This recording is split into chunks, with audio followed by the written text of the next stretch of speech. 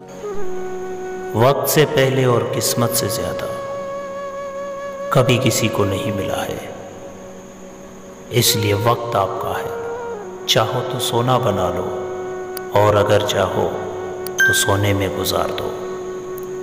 हर इंसान अपनी ज़बान के पर्दे में छुपा हुआ है, अगर उसे समझना है तो उसे बोलने दो।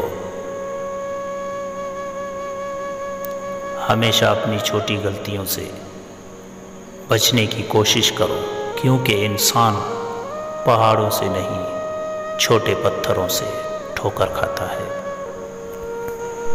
इंसान का सबसे अच्छा दोस्त उसका ज़मीर है, जो अच्छी बात पर शाबाश और बुरी बात पर मलामत करता है। ज़िंदगी में इतना ज़रूर पढ़ लो कि जब तुम्हारी बोलने की बारी आए तो लोग लिखने लगे, ज़िंदगी है ज़िंदगी, बहुत गौर किया है मैंने तुझ पर, तू रंगीन ख्यालों के सिवा कुछ भी नहीं।